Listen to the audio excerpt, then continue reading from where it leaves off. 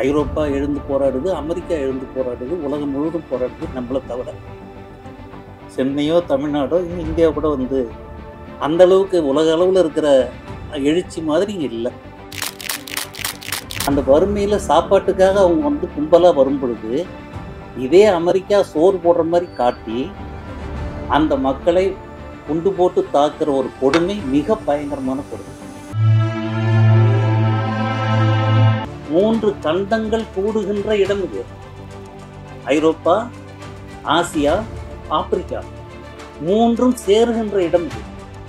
இந்த இடத்தை கைப்பற்றினால் ஆசியாவை சீனா வரைக்கும் கைப்பற்றலாம். அந்த அளவுக்கு அது வந்து கங்கை சமவெளி வரைக்கும் வருது.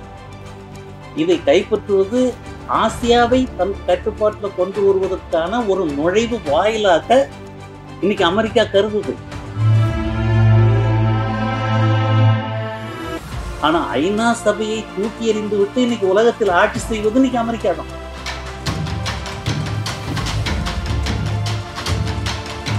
ரஷ்யாவை கைப்பற்றுவதற்கு அவர்களுடைய வாயிற்படி உக்ரைன்.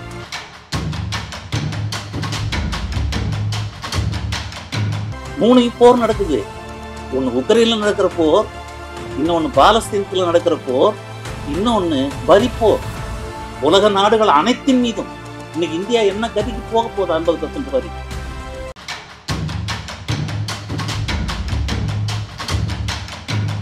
எனது வணக்கத்தை தெரிவித்துக் கொள்கிறேன். மார்ஸ் நூலகம் சார்பாக ஒரு சர்வதேச பிரச்சனையை ஒரு பொது வழியை உருவாக்குவதற்கான கருத்துக்களை பரிமாறுவதற்கு ஒரு கூட்டத்தை ஏற்பாடு செய்து அது எங்களையும் அழைத்து கருத்துரை வழங்குவதற்கு வாய்ப்பு கொடுத்ததுக்கு முதற்கண் பாட்டாளி வர்க்க சமரனின் சார்பாக நன்றியை தெரிவித்துக் கொள்கிறோம். இந்த மாதிரி கூட்டங்கள் மிகவும் அருகிவிட்டது. இந்த மாதிரி கூட்டங்கள் அவசியம். எப்படி அன்றாட நலன்களுக்காக, மக்களுடைய நலன்களுக்காக போராட வேண்டுமோ அந்த போராட்டங்கள் அனைத்தும் சரியான திசை வழி இல்லை என்றால் மிக பெரும் பேரழிவை சந்திக்கும் என்பது இலங்கையிலிருந்து, நேபாளத்திலிருந்து இன்றைய பாலஸ்தீனம் வரைக்கும் நாம் சந்தித்து கொண்டிருக்கிற பிரச்சனை. லோக்கல் இஷ்யூ மட்டும் பார்க்க முடியாது. லோக்கல் இஷ்யூ எல்லாமே பொது விஷயத்தோடு இணைந்தது. அப்போது ஒரு சர்வதேச தேசிய கண்ணோட்டம் இல்லாமல் எந்த ஒரு பிரச்சனையும் நம்மளால் தீர்க்க முடியாது. அந்த வகையில் இந்த இன்றைய சூழலில் மேற்காசியாவில் நடக்கிற படுகொலைகள், குறிப்பாக பாலஸ்தீனத்தினுடைய அழிப்பு எல்லாருக்கும் தெரியுது. உலகம் முழுவதும் மிக பெரும் அளவுக்கு இலங்கையில் நடந்த இனப்படுகொலையின் போது கூட இந்த அளவுக்கு உலக மக்கள் மத்தியில் எழுச்சி இல்லை. ஐரோப்பா எழுந்து போராடுது, அமெரிக்கா எழுந்து போராடுது, உலகம் முழுவதும் போராடுது. நம்மளை தவிர சென்னையோ தமிழ்நாடோ இன்னும் இந்தியா கூட வந்து அந்த அளவுக்கு உலக அளவில் இருக்கிற எழுச்சி மாதிரி இங்கே இல்லை. ஆனால் அதை உருவாக்கணும். அப்போ இன்றைய சூழலை நாம் எப்படி பார்க்கறது, நாம் என்ன நிலை எடுக்கிறது? எல்லா மார்க்சிஸ்ட் கம்யூனிஸ்ட் கட்சி இதை பற்றி எழுதுகிறாங்க, எம்எல் குரூப்பு நிறைய எழுதுகிறாங்க. ஜென்ரலாக மார்க்சிய கருத்துக்களோடு சேர்த்து இதெல்லாம் எழுதுகிறோம். பர்டிகுலராக இன்றைக்கி என்ன செய்யணும், எந்த திசையில், யாரை எதிர்த்து, யாரோடு சேர்ந்து என்ன செய்யறதுங்கிறது மிகப்பெரிய ஒரு குழப்பமாக இருக்குது. இந்த குழப்பமான சூழலில் விவாதம் ரொம்ப அவசியமாக இருக்குது. இந்த அரங்கம் இன்னும் பெரிய அளவுக்கு விரிவடையணும். இது ஒரு சிறு முயற்சி, முதல் முயற்சியாக கூட எடுத்துக்கொள்ளலாம் இந்த வகையில். அப்போ முதல் விஷயம், இன்றைக்கி இருக்கிற இந்த பாலஸ்தீன படுகொலை, ஈரான் இஸ்ரேலில் இவ்வளோ பெரிய தாக்குதல் நடத்தின பிறகு இஸ்ரேல் நிற்குமா, இஸ்ரேல் ஆட்சி நிற்குமா என்றதெல்லாம் சந்தேகமாக இருந்தது. உடனடியாக நெத்தன்யாகு தூக்கி எறியப்படுவார்னுலாம் அன்றைக்கி மிக பெருமளவு எதிர்பார்ப்பு நடந்தது. ஆனால் இன்னைக்கு அந்த ஆட்சி இருக்கிறது மட்டும் இல்லை, பாலஸ்தீனத்தில் அந்த இன அழிப்பை தொடருது. அந்த தொடர்ச்சி எப்படி இருக்குன்னா, வரலாற்றில் இது வரைக்கும் இந்த அளவுக்கு இருந்தால் தெரியாது. பசிக்கிற குழந்தைகளை, பசிக்கிற மக்களை அந்த உணவு முகாமுக்கு வரவழைத்து அந்த உணவு வாங்க வந்த குழந்தைகள் உட்பட அனைவரையும் சுட்டு தள்ளுகிறார். அந்த குழந்தைகளுக்கு மக்களுக்கு உணவு ஏற்பாடு செய்கிறது அமெரிக்க ஏகாதிபத்தியத்தினுடைய என்ஜிஓக்கள். அந்த அந்த அமைப்புகள்லாம் ஏற்பாடு பண்ணுது. அது ஒரு வலை விரித்து புறாவை வந்து எப்படி அந்த வேடம் பிடிச்சிட்டு போகிறானோ அதே மாதிரி அந்த மக்களை வறுமையில் சாகடிச்சு அந்த வறுமையில் சாப்பாட்டுக்காக அவங்க வந்து கும்பலாக வரும் பொழுது இதே அமெரிக்கா சோறு போடுற மாதிரி காட்டி அந்த மக்களை குண்டு போட்டு தாக்குற ஒரு கொடுமை மிக பயங்கரமான கொடுமை. இந்த பாலஸ்தீன ஒடுக்குமுறை இதோட நிற்க போகுதா என்பது அடுத்த கேள்வி. இது பாலஸ்தீன இன அழிப்பு இலங்கை மாதிரி நடக்குமா? ஹமாஸை ஒழிச்சிட முடியுமான்னா விடுதலை புலிகளை கூட ஒழிச்சிருக்க முடியாது. விடுதலை புலிகள் கடைசி நேரத்தில் அவங்களுடைய செயல்தந்திரத்தை கொஞ்சம் மாற்றிருந்தாங்கன்னா பிரபாகரன் செத்துருக்க வேண்டிய அவசியம் இல்லை. ஆனால் ஹமாஸ் அப்படி இல்லை. அங்கே இருக்கிற முரண்பாடுகளை பயன்படுத்தி கொண்டு எவ்வளவு அழிவு வந்தாலும் அவங்க நிற்கிறதுக்கு கற்றுக்கிட்டு இருக்கிறாங்க. இப்போ ஹமாஸை வந்து காசா தேர்ந்தெடுத்ததுக்கு பின்னாடி தான் அந்த ஹமாஸை ஒழிக்கணுங்கிறதுக்காக தான் இவ்வளவு நடக்குது. இதுக்கு பின்னாடி பொருளாதார நலன்கள் பயங்கரமாக குவிஞ்சுக்கிட்டு. இந்த பாலஸ்தீனம் ஆகஸ்ட் மாதம் இந்த மாதம் 13ஆம் தேதி என்னவோ நெத்தன்யாஹு வந்து ஒரு வீடியோ பத்திரிகைக்கு பேட்டி கொடுக்குறார். அப்படி பேட்டி கொடுக்கும்போது இவ்வளவு நடந்துகிட்டு இருக்குது. அகண்ட பாலஸ்தீனத்துக்கான வேலையை நாங்கள் செய்கிறோம் அப்படின்னு சொல்லி அகண்ட பாலஸ்தீனம் கிரேட்டர் இஸ்ரேல் இந்த கோரிக்கையை நாங்கள் அமல்படுத்துறோன்னு சொல்கிறாங்க. அதை எதிர்த்து கடுமையான எதிர்ப்பு வருது. இந்த அகண்ட இஸ்ரேல் என்பதனுடைய பொருள் என்ன? இந்த அகண்ட இஸ்ரேல் நெத்தன்யாஹுவுடைய கோரிக்கை மட்டுமா? அகண்ட இஸ்ரேல் என்பது அமெரிக்காவினுடைய இன்றைய ஜியோ பொலிட்டிக்கல் ஸ்ட்ராட்டஜியோடு இணைஞ்சது தான் நெத்தன்யாஹுனுடையது.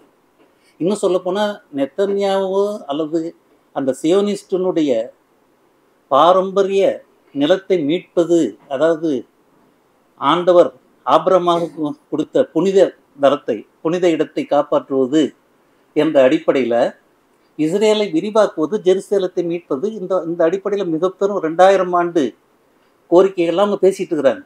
ஆனால் உண்மையில் இங்கே எப்படி அயோத்தி எப்படியோ அதே மாதிரி அங்கே ஜெருசலேம் புனித பூமி, அந்த அடிப்படையில் கிறிஸ்தவருடைய பூமிங்கிறத மீட்கணும். இஸ்லாமிய தகராறுலாம் சொல்கிறாங்க.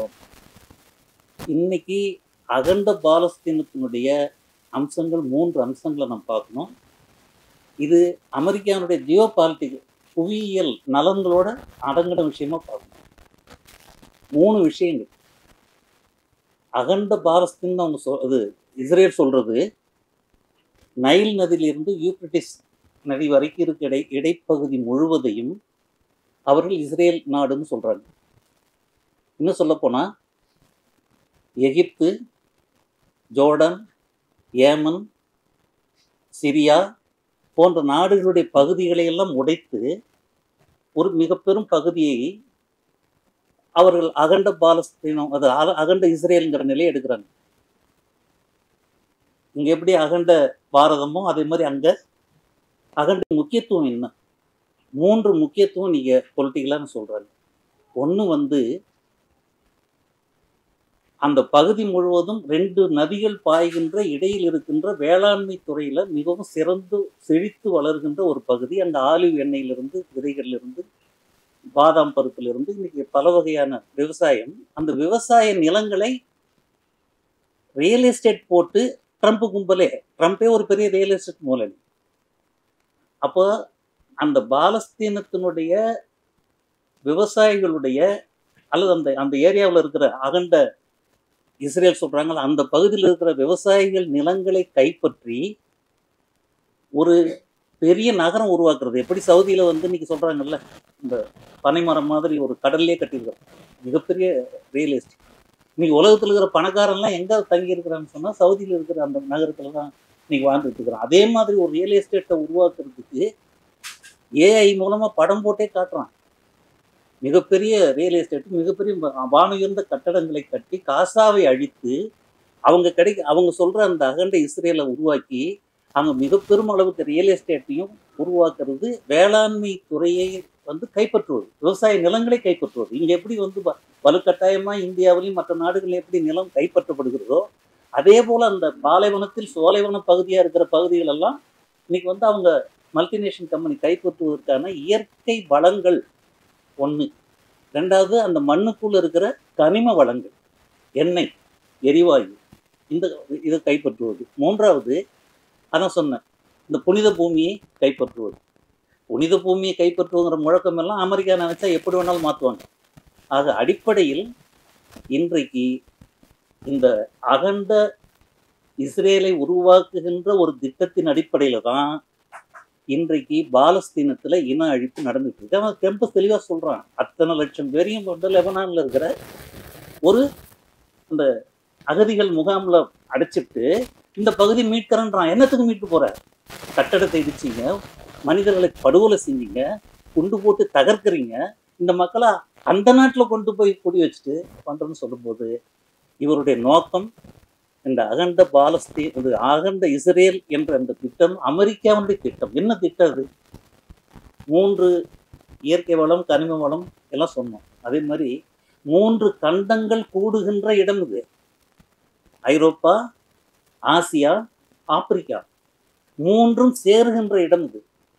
இந்த இடத்தை கைப்பற்றினால் ஆசியாவை சீனா வரைக்கும் கைப்பற்றலாம். அந்த அளவுக்கு அது வந்து கங்கை சமவெளி வரைக்கும் வருது. இதை கைப்பற்றுவது ஆசியாவை தன் கட்டுப்பாட்டில் கொண்டு வருவதற்கான ஒரு நுழைவு வாயிலாக இன்னைக்கு அமெரிக்கா கருதுது. அதுதான் அகண்ட இஸ்ரேல். இந்த நோக்கத்தை நிறைவேற்றுவதற்கு தான் எந்த அரசியல் சட்டத்துக்கும் கட்டுப்படாத ஆட்சி. இன்னைக்கு வாஷிங்டன் சொல்லுது, சீனாவும் ரஷ்யாவும் சட்டத்துக்கு உட்படாத பொறுக்கி நாடுகள், ஈராக் ஒரு பொறுக்கி நாடு, பயங்கரவாத நாடுன்னு சொல்றாங்க. ஆனா ஐநா சபையை தூக்கி எறிந்து விட்டு இன்னைக்கு உலகத்தில் ஆட்சி செய்வது இன்னைக்கு அமெரிக்கா தான். ஐநாவுடைய முதல் விதியே நாடுகளுடைய சுயநிர்ணய உரிமையை அங்கீகரிக்கணும். இதான். அப்போ ஐநாவில் எத்தனை நாடுகள் அங்கீகரிக்கப்பட்டதோ அந்த நாடுகள்ல யாரும் உள்ள தலையிடக்கூடாது. இதான் முதல் விதி. இதான் மனித இந்த உலகத்தில் 2ஆம் உலக போருக்கு பின்னாடி ஒரு அமைதி நிலவியது என்றால் அந்த அமைதி நிலவுவதற்கு ஒரு முக்கிய காரணம் ஐநா சபையினுடைய இந்த விதி. தேசங்களை அங்கீகரிப்பது, ஒரு தேசத்தில் இன்னொரு தேசம் தலையிடக்கூடாது என்பது உண்மை. ஆனா இன்னைக்கு அதை இவர்கள் ஒழித்தார்கள். உலகம் முழுவதும் இன்னைக்கு உலகத்தில முழுவதும் போர் நடத்துறது இன்னைக்கு அமெரிக்கா தான். நீங்க நம்ம எவ்வளவு பேர் சொல்ல, நீங்க வந்து புட்டின் வந்து உக்ரைன்ல போர் நடத்துறாரு, அவரும் போர் வெறியர் தான், இவங்களும் போர் வெறியர்னு சொல்லலாம். ஆனா உண்மையிலே அதுக்கு பின்னாடி இருக்கிற காட்சிக்கு பார்க்கும்போது ஆமா புட்டின் தலையிட்டு இருக்காரு, அவர் தான் போர் நடத்துறான்னு தெரியும். ஆனா உண்மை ஆய்வு பண்ணும்போது ஏன் போர் வந்ததுன்னு தெரியும். அப்போ இன்னைக்கு 2 இடம் மிக பெரும் அளவுக்கு போர் நடக்குது. ஒண்ணு உக்ரைன்ல ரஷ்யாவை போர் நடத்தியே தீர வேண்டும் என்ற நிலையை உருவாக்கியது நேட்டோவும் அமெரிக்காவும் தான். போர் நடத்தலாம் அவுட்டு. ஏன்னா ரஷ்யாவை கைப்பற்றுவதற்கு இன்னைக்கு இல்லை, நெப்போலியன் காலத்திலிருந்து, ஹிட்லர் காலத்திலிருந்து இன்று வரை ரஷ்யாவை கைப்பற்றணும்னா உக்ரைன் என்ற ஐரோப்பாவிலிருந்து அது ஒரு வாயில். எப்படி இன்னைக்கு வந்து அகண்ட இஸ்ரேல்னு சொல்ற அவங்க இடம் எப்படி வந்து ஆசியாவுக்கு நுழைவு வாயிலோ அதே போல ரஷ்யாவை கைப்பற்றுவதற்கு அவர்களுடைய வாயிற்படி உக்ரைன். அப்போ உக்ரைன்ல வந்து அந்த நேட்டோவோடு இணைக்கும் பொழுது அவங்க நாட்டு எல்லை வரைக்கும் ஏவுகணைகளை நிறுத்தலாம். எங்க ரஷ்யாவினுடைய வாசற்படியில ஏவுகணைகளை வைப்பதற்கு, அணு ஆயுதங்களை வைப்பதற்கு நேட்டோவோடு இணைக்கப்படுது உக்ரைன்.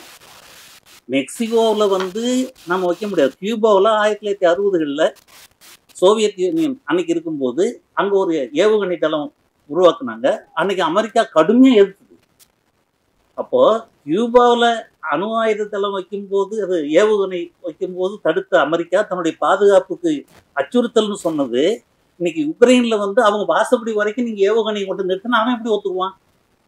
ஸோ இன்னைக்கு உக்ரைன்ல நடக்கிற அந்த நேட்டோ நடத்துகின்ற போர் என்பது உண்மையில் ரஷ்யாவை கைப்பற்றுவதற்கு அல்லது ரஷ்யாவை வந்து ஒரு போர்ல இழுத்து விட்டு ஒரு மிக நீண்ட நாளைக்கு போர் நடத்த வச்சா அந்த நாட்டின் பொருளாதாரம் அழியும். இன்னொரு பக்கம் பொருளாதார தடை, இன்னொரு பக்கம் போர்ல ஈடுபடுத்துறது. இதன் மூலமா ரஷ்யாவை பலவீனப்படுத்துவது, ரஷ்யாவில் தனக்கு சாதகமான ஆட்சியை உருவாக்குவது, அல்லது ரஷ்யாவை நாளாக உடைத்து விடுவது.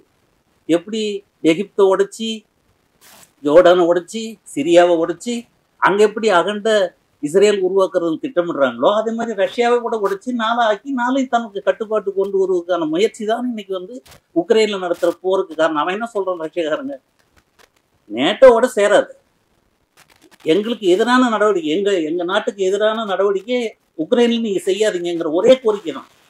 எந்த ஒரு தேசத்துக்கும் சுதந்திரம் உண்டு. எப்ப தெரியுமா, நீங்க பக்கத்து வீட்டுக்காரனுக்கு எதிராக நீங்க உங்க வீட்டுல ஏதாவது ஒரு பாம்பு வச்சுட்டோ ஏதோ ஒரு உங்களை எப்படி அனுமதிப்பான், அண்டை வீட்டாரை எப்படி அனுமதிப்பான்? அதே போல ரஷ்யாவை அழிக்க வேண்டும் என்ற அமெரிக்காவை உள்ள இந்த இவங்க நாட்டுல கொண்டாந்து வச்சுக்கிட்டு அந்த நாட்டினுடைய சுதந்திரத்தை எப்படி நம்ம அங்கீகரிப்பது? இப்ப இலங்கையில அமெரிக்காவை கொண்டு நம்மளை தாக்குறதுன்னு வச்சுக்கிட்டா இலங்கை அங்கீகரிக்கணுமா? இதே நிலைதான் இன்னைக்கு உக்ரைன் அங்கீகரிக்கிறதா இல்லைங்கிற பிரச்சனை வருது. ஆக இன்றைக்கு உக்ரைன்ல நடக்கிற யுத்தமும் சரி, இன்றைக்கு அகண்ட இஸ்ரேலுக்காக நடத்துகின்ற மத்திய கிழக்கு அல்லது மேற்காசியான்னு சொல்ற பகுதியும் சரி, அல்லது பாலஸ்தீன் இஸ்ரேலினுடைய தூதரகத்தை தடை செய்து பிரச்சனை பண்றதால இன்னைக்கு 2 நாடுகள் மீது உடனடியாக நடவடிக்கை போறோம். அது தென் அமெரிக்க நாடு பிரேசிலும் வெனிசுலாவும் இன்னைக்கு அவங்களுடைய தூதரகத்தை எதுக்குறாங்க. அப்போ அந்த நாட்டின் மீது இராணுவ நடவடிக்கை எடுக்கிறதுக்கு தொடர்ச்சியாக அவன் முயற்சி பண்றான். இது ஒரு காரணமா காட்டி கொண்டு போறான். அப்ப தென் அமெரிக்காவில் பிரேசிலையும் வெனிசுலாவையும் வீழ்த்தினாக்க தென் அமெரிக்கா முழுவதையும் தன் கட்டுப்பாட்டில் கொண்டு வரலாம். இங்க அகண்ட பாலஸ்தீன் உருவாக்குனா ஆசியாவுக்கு வழிவகுக்கலாம். அங்க உக்ரைன்ல தனக்கான ஆட்சியை உருவாக்கிட்டு போகலாம். ஆனா இன்னைக்கு ட்ரம்ப் வந்த பிறகு பேசுறது என்னன்னா, ட்ரம்ப் வந்த பிறகு ஒரே கேள்வி வருது. அவர் புட்டினோட பேசிட்டு ஒரு உடன்பாட்டுக்கு போகும்போது நம்ம இது எப்படி பார்க்கறது அப்படின்னு புட்டினோட இன்னைக்கு பேசலாம். ரஷ்யாவை சரி பண்ணிக்கிட்டு சிரியாவில் தன்னுடைய கைப்பாவை ஆட்சியை உருவாக்கிக்கிட்டு மத்திய கிழக்கில் சரி பண்ணிக்கிட்டு சீனாவுக்கும் ரஷ்யாவுக்கும் இருக்கிற முரண்பாடை பயன்படுத்திக்கிட்டு சீனாவை முதல்ல கை வைக்கிறது, அப்புறம் ரஷ்யாவுக்கு தாக்குறதுங்கிற நிலையை ட்ரம்ப் கும்பல் ஒரு தந்திரமா கையாளுறாங்க. பைடன் அப்படி இல்லை. பைடன் சீனாவோட நெருக்கமாக போயிட்டு, நெருக்கமாக போகிறதுன்னா பகைமை இல்லாமல் இல்லை, ரஷ்யாவை முதன்மையாக கருதுனாங்க. இதெல்லாம் அவங்கவுங்க எந்தெந்த வியாபார தளத்தில் இருக்காங்களோ, என்னென்ன அடிப்படையில் கையாளுறாங்களோ அதுலேருந்து வர விஷயம். அப்போது பிரச்சனை என்னன்னா, இன்றைய உலகத்தில் இன்னைக்கு நடக்கிற யூனிபோலார்ல இருந்து, அதாவது 90களில் இந்த நிலைமை ஏன் வந்ததுன்னா 90ல ஒரு யூனிபோலார் உருவாச்சு. அதாவது உலகம் அமெரிக்காவின் தலைமையின் கட்டுப்பாட்டுக்கு போச்சு. காரணம் அவர்கள் மிக வலிமையானவர்கள் என்பதால் அல்ல, உலகத்தில் வர்க்க போராட்டம் பின்னுக்கு போனதால் அந்த நிலைமை வந்தது. சோவியத் யூனியன்ல அது சிதைந்து போச்சு. அது சோவியத் யூனியன் அல்ல, சமூக ஏகாதிபத்தியம்னு சொன்னோம். அதுல பல கருத்து வேறுபாடு இருந்தாலும் சோவியத் சிதைந்தது. சீனாவில் முதலாளித்துவ மீட்சி வந்தது. உலகம் முழுவதும் தேசிய விடுதலை இயக்கங்கள் இதனால் பின்னுக்கு போனது. இதன் விளைவாக அமெரிக்கா ஒற்றை துருவத்துக்கு போச்சு. அப்படி ஒற்றை துருவு போறதுக்கு பின்னாடி தான் அந்த ட்வின் டவர் உடைக்கப்படுது. ட்வின் டவர் உடைக்கப்பட்ட பிறகு அவன் எடுத்துக்கிற ஸ்ட்ராட்டஜி என்னன்னா, தேசங்களை பகைமையா பார்க்கல. தேசம் இப்போ ஒரு நாட்டில் பிரச்சனை வருது, ஒரு நாட்டிலேருந்து இன்னொரு நாட்டில் கொண்டு போடுறாங்கன்னா அரசுகளை தான் காரணமாக பார்ப்பாங்க, அரசுகளோடு தான் பேச்சுவார்த்தை நடத்துவாங்க. ஆனால் இவன் என்ன பண்ணான்னா, இல்லை அரசுகளோட இல்லை, தனிநபர்கள் அமைப்புகள் தான் தனக்கு எதிரியாக அறிவிக்கிறான். அவன் எந்த நாட்டில் இந்த அமைப்பு இருந்தாலும், எந்த நாடு அவங்களுக்கு ஆதரவு கொடுத்தாலும் அந்த நாட்டில் கொண்டு போடுவோம் என்ற நிலையை எடுத்தாங்க. அது மட்டுமல்ல, எங்கள் பக்கம் நீங்கள் இல்லைன்னா எங்களுக்கு நீங்கள் எதிரி தான். அமெரிக்காவுக்கு நீங்கள் சப்போர்ட் பண்ணலன்னா நீங்கள் யாராக இருந்தாலும் எதிரி தான். ஒரு நாடு எதிரி இல்லை, ஒரு நபர் எதிரியா இருந்தா கூட அந்த நாட்டின் மீது கொண்டு போடலாம். அப்போ ஐநா சபையினுடைய விதியை அந்த ட்வின் டவர் இரட்டை கோபுர தகர்ப்புக்கு பின்னாடி அவர்கள் ஒழித்து கட்டி விட்டார்கள். சட்டத்தின் ஆட்சி உலகம் முழுவதும் ஒழித்து கட்டப்பட்டது. தாங்கள் யார் நினைச்சாலும் எந்த நாட்டில் வேணாலும் கொண்டு போடலாங்கும் போது எல்லா நாட்டுக்கும் எதிராக அமெரிக்கா மாறிவிட்டது. அப்போ எல்லா நாடுகள்லையும் தங்களுக்கு பகைமையா பார்க்கணுங்கிற அளவுக்கு அவங்க நிலைமை வந்திருக்கு. அப்போ பிரச்சனை ஒற்றை துருவம் அமெரிக்காவின் தலைமையில் உலகத்தில் ஒரே ஆட்சி நடத்துவது. ஏன் அப்படின்னா ரஷ்யா உடஞ்சி சிதறண்டு போயிடுச்சு, சீனா தன்னோட உடன்பாட்டுக்கு வந்துட்டாங்க. இந்த சூழல்ல உலகத்துல தனக்கு எதிரி யாரும் இல்லை. இன்னும் சொல்ல போனா ஈராக்கில் போய் சண்டை போட்டாலும் கூட அவன் முழுமையா ஆள முடியல. அந்த லிபியாவில் கடாஃபி கொல்லப்பட்ட பிறகும் கூட அங்க ஆட்சி நடத்த முடியல. அப்போ ஏதோ ஒரு வகையில ரஷ்யாவோ சீனாவோ பின்னிருந்து இயக்குறாங்கன்னு பார்க்கும்போது ரஷ்யாவையும் சீனாவையும் வீழ்த்தினாதான் தன்னுடைய ஒற்றை துருவம் நிற்க முடியுங்கிற அடிப்படையில் இருந்து போறாங்க. ஆனால் அவருடைய போரோ அவருடைய பொருளாதார கொள்கையோ அவருடைய உலகமய கொள்கையோ அமெரிக்காவை கடுமையாக வீழ்த்தி விட்டது. காரணம் இப்ப அதுல இருந்து தான் வருது. இப்ப நீங்க 3 போர் நடக்குது. ஒண்ணு உக்ரைன்ல நடக்கிற போர், இன்னொன்னு பாலஸ்தீனத்துல நடக்கிற போர், இன்னொன்னு வரி போர். உலக நாடுகள் அனைத்தின் மீதும் இன்னைக்கு இந்தியா என்ன கதிக்கு போக போகுது? 50% வரி. இந்த வரி விதிப்பு ஏன் வந்தது? இவ்வளவு பெரிய ஒற்றை துருவத்துக்கு போய் பல நாடுகள்ல போர் நடத்தி உலகமயத்தை அமல்படுத்தினாலும் கூட அமெரிக்கா வாழவில்லை, அது வீழ்ந்து விட்டது. வீழ்ந்ததுக்கு காரணம் சீனா அல்ல, ரஷ்யா அல்ல, அமெரிக்காவின் கொள்கைகள் தான் காரணம். அமெரிக்காவின் கொள்கைகளை பொறுத்தவரையிலையும் இன்னைக்கு அவனுக்கு பிரச்சனை என்னன்னா 37 ட்ரில்லியன் டாலர் கடன். உலகத்துல எல்லா நாடுகளும் கடன் தான். 50 மூன்றாம் உலக நாடுகள் கடன் கட்ட முடியாம இன்னைக்கு அவஸ்தைப்பட்டு இருக்கு. அவன் தலையில தான் 40% வரி விதிக்கிறான் அந்த ட்ரம்ப். இது என்ன முதலாளித்துவத்தில்? இது முதலாளித்துவமான கேள்வி இருக்கு. ஒரு கடன் வந்துருச்சுன்னா முதலாளித்துவ சமுதாயத்திலேயே ஒரு பேங்க்ல கடன் வாங்குறேன்னா கடன் வாங்கினவங்க நலிவடைஞ்சிட்டாங்கன்னா கடனை முழுவதும் ரத்து பண்ணிடுவான், புதிய கடன் கொடுப்பான். அப்பதான் முதலாளி இருக்க முடியும், தொழிலாளி இருக்க முடியும். ஆனா இலங்கை செத்துக்கிட்டு இருக்குது, வங்காள தேசம் செத்துக்கிட்டு இருக்குது, பாகிஸ்தான் செத்துக்கிட்டு இருக்குது, அவங்க மேல வரியை போடுறான். இந்தியாவே 20 லட்சம், என்ன எத்தனை லட்சம்? 200 லட்சம் கோடி கடன். இன்னைக்கு 50% வரி போட்டா என்ன ஆகும்? ஆக ஒரு முதலாளித்துவ சமுதாயத்தில் இருக்கிற முதலாளித்துவ ஆட்சியாளர்கள் கூட கடன் நெருக்கடி வந்து விட்டால் கடனை தள்ளிவிட்டு புது கடன் கொடுத்து உற்பத்தியை பெருக்கணும். இதுதான் முதலாளித்துவம். ஆனா இன்னைக்கு அமெரிக்கா செய்யறது இன்னும் வெந்த பொண்ணுலேயே வேலை பாய்ச்சது தான்.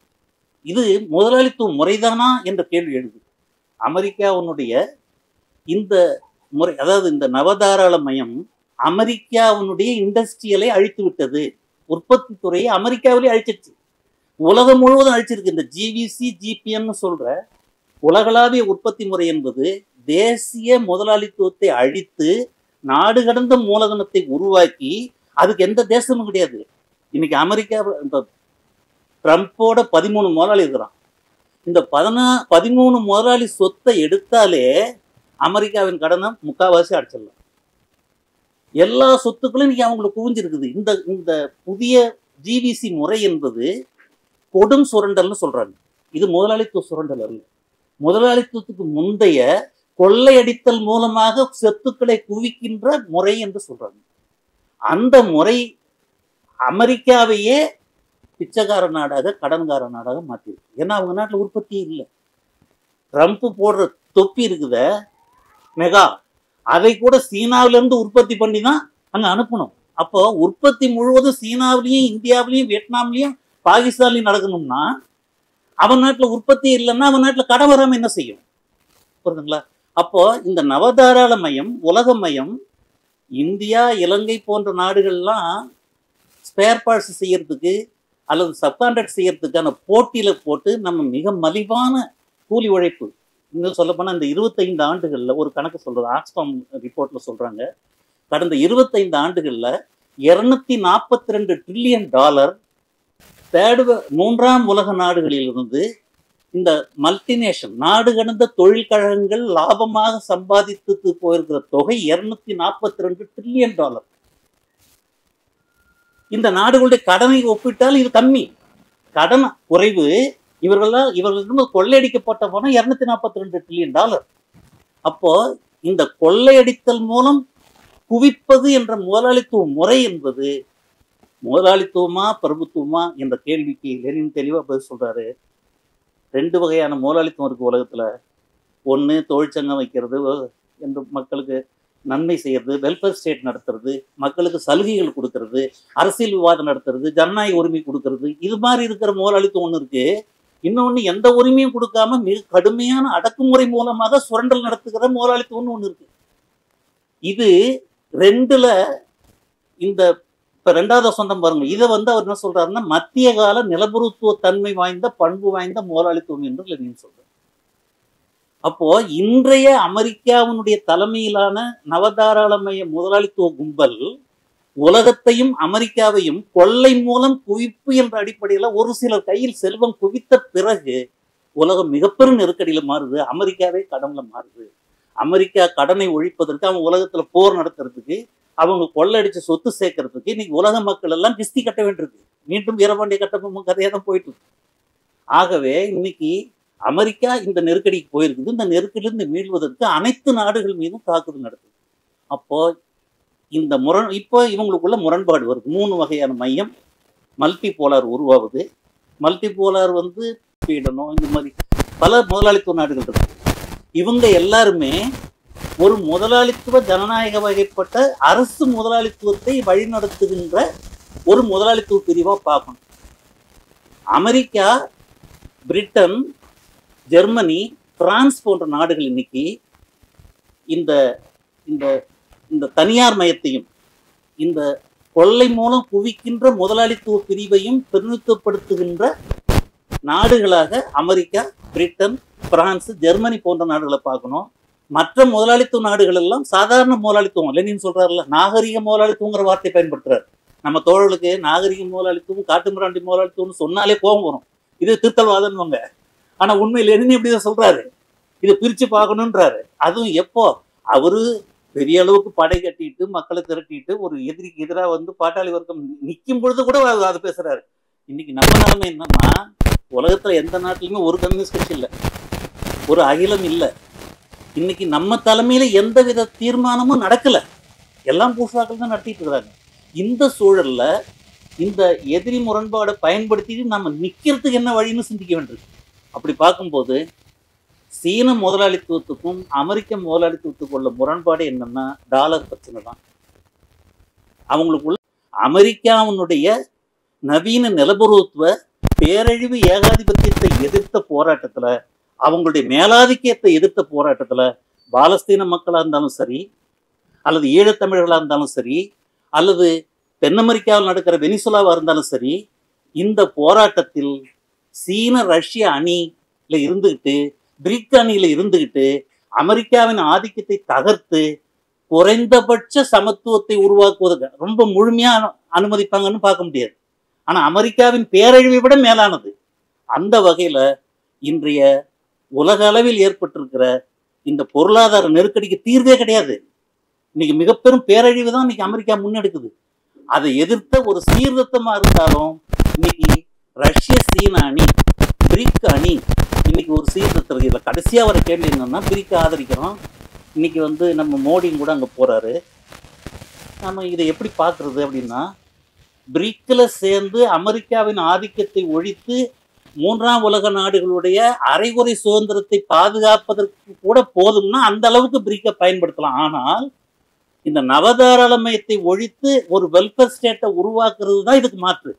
இப்போ எல்லாருக்கும் விவாதம் என்னன்னா, நீ ரஷ்யாவில் எண்ணெய் வாங்குற, நீ ரிலையன்ஸுக்கு வாங்கி கொடுக்குற, அவன் அமெரிக்காவுக்கு விற்கிறான். இப்போ இன்னைக்கு நேரத்துக்கு என்ன, இன்னைக்கு சீனாவுக்கு போறாரு ஷாங்காய் கூட்டத்துக்கு. ஒரு பேச்சு நடக்குது என்னன்னா, அந்த அரிதான உலோகங்கள் அதை வாங்குறதுக்கு ஒப்பந்தம் போடுறதா சொல்றாங்க.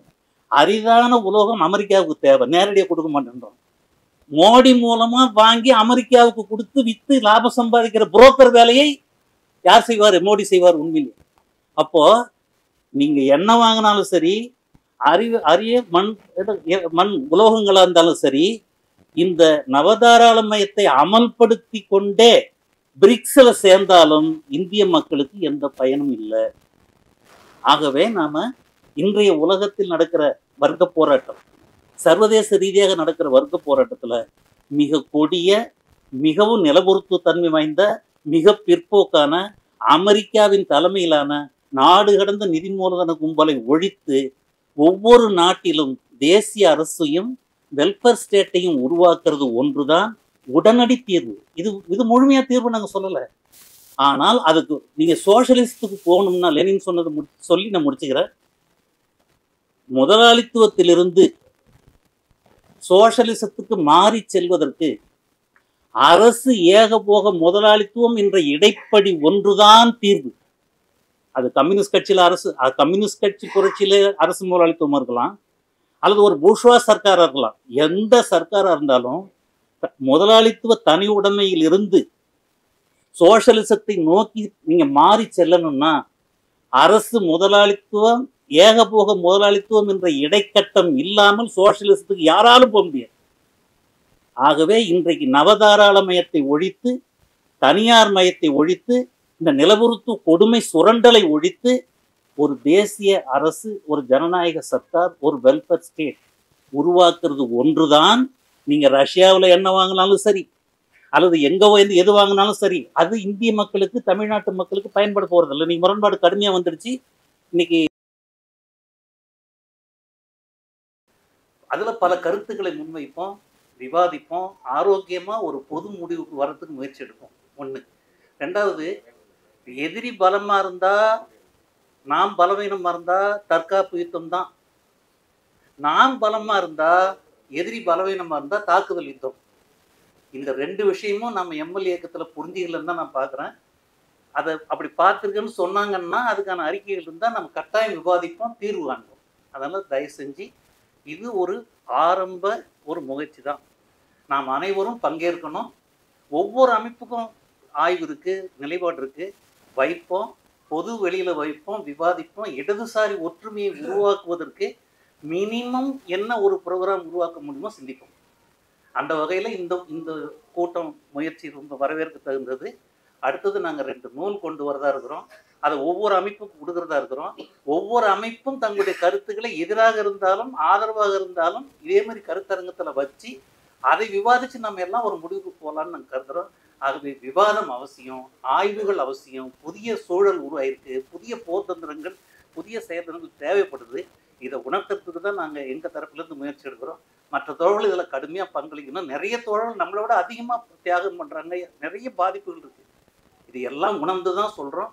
அனைவரும் இந்த சர்வதேச தேசிய சூழலில் இருக்கிற மாற்றங்களை மதிப்பீடு செய்வோம், மார்க்சிய அடிப்படையில் மதிப்பீடு செய்வோம், புதிய போர் தந்திரம் செயல்ற வகுப்போம், இடதுசாரிகளுடைய ஒற்றுமையை உருவாக்குவோம், மாற்றத்தை உருவாக்குவோம் என்பதை மட்டும் சொல்லிவிட்டு நான் முடிச்சுக்கிறேன்.